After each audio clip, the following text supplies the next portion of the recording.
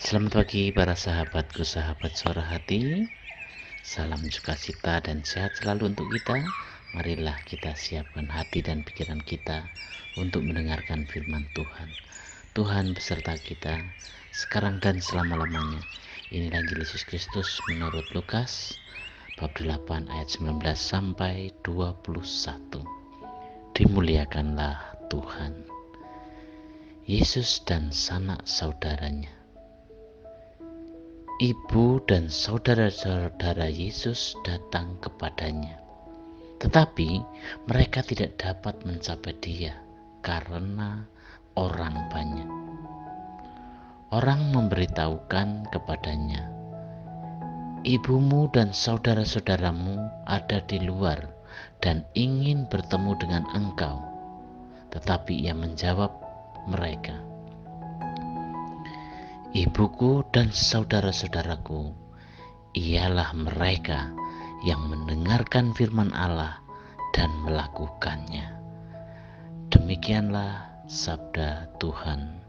Terpujilah Kristus. Selamat pagi para sahabatku, sahabat suara hati, rekan muda, dan para pendengar dimanapun Anda berada. Dalam kehidupan ini, belajar mendengarkan adalah menjadi aspek penting dalam sebuah relasi, dalam sebuah hubungan.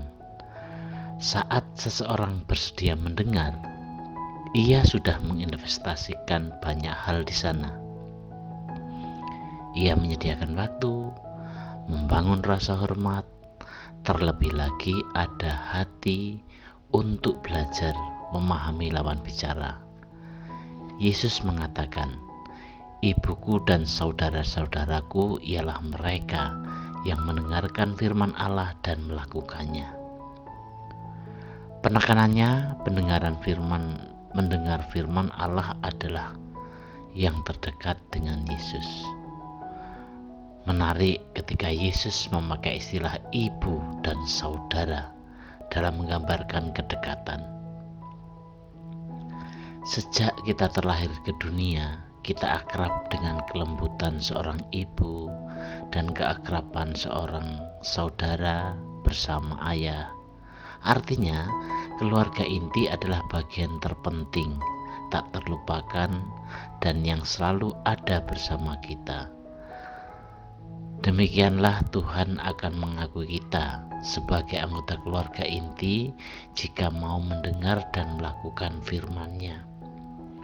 Para sahabatku, sahabat suara hati, rekan muda, dan para pendengar dimanapun Anda berada, di sini Yesus juga tidak bermaksud menghina atau menyangkal ibunya dan saudara-saudaranya.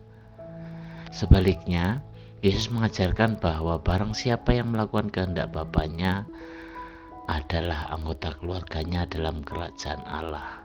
Maka yang Yesus ajarkan adalah keutamaan agar seseorang melakukan kehendak Allah. Dengan demikian, ungkapan ini bahkan dapat bermaksud sebagai pujian kepada Bunda Maria, sebab Yesus mengakui bahwa Bunda Maria pertama-tama adalah seorang yang melakukan kehendak Allah Bapa. Ketaatan Maria kepada kehendak Bapa inilah yang menyatukannya dengan Kristus melebihi dari hubungan darah.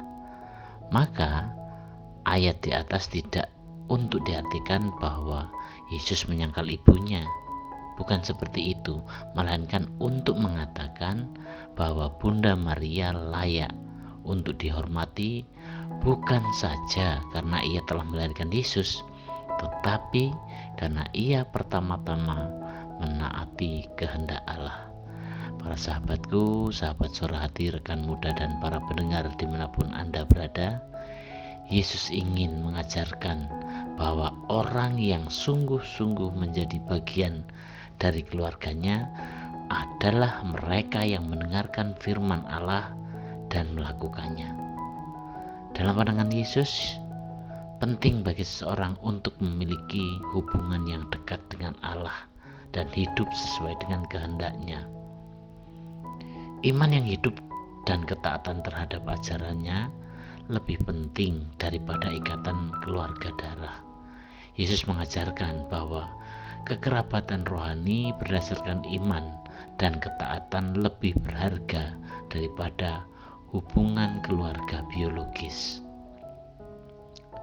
Pernyataan ini ingin Yesus maksudkan bahwa ia mengajak pendengarnya untuk memprioritaskan hubungan dengan Allah dan mematuhi ajarannya. Ini adalah panggilan untuk menjadi anggota keluarga spiritual Yesus yang saling mendukung, mendengarkan firman Allah dan melaksanakannya dalam kehidupan sehari-hari. Tujuan pernyataan ibuku dan saudara-saudaraku ialah mereka yang mendengarkan firman Allah dan melakukannya adalah untuk menekankan pentingnya iman dan ketaatan terhadap ajaran Yesus Kristus sebagai faktor penentu kekerabatan rohani.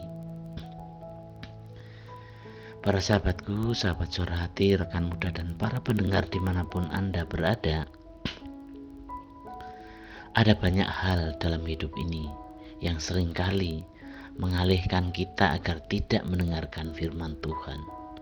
Semisal kita menganggap diri paling sibuk dengan kesibukan kita. Kita seringkali melupakan kehendak Allah, melupakan firman Allah. Hari ini kita diminta menyadari bahwa betapa rindunya Tuhan berbicara dengan kita. Bagaimana caranya agar kita mampu mendengarkan suaranya? Berdiam dirilah sejenak setiap hari. Ambillah waktu untuk merenungkan firman Tuhan. Sebagai seorang Kristiani, Tuhan adalah yang terutama.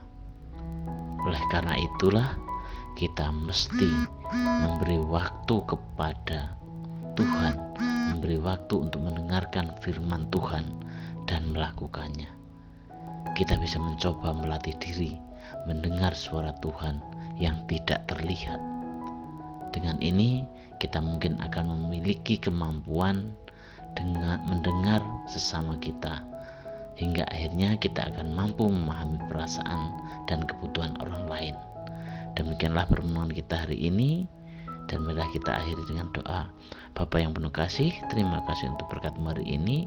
Ajarilah kami untuk selalu setia dalam mendengarkan firman-Mu dan melaksanakan perintah-Mu. Doa ini kami serahkan kepada-Mu Tuhan, dengan perantaraan Kristus Tuhan kami. Amin. Dalam nama Bapa dan Putra dan Roh Kudus. Amin.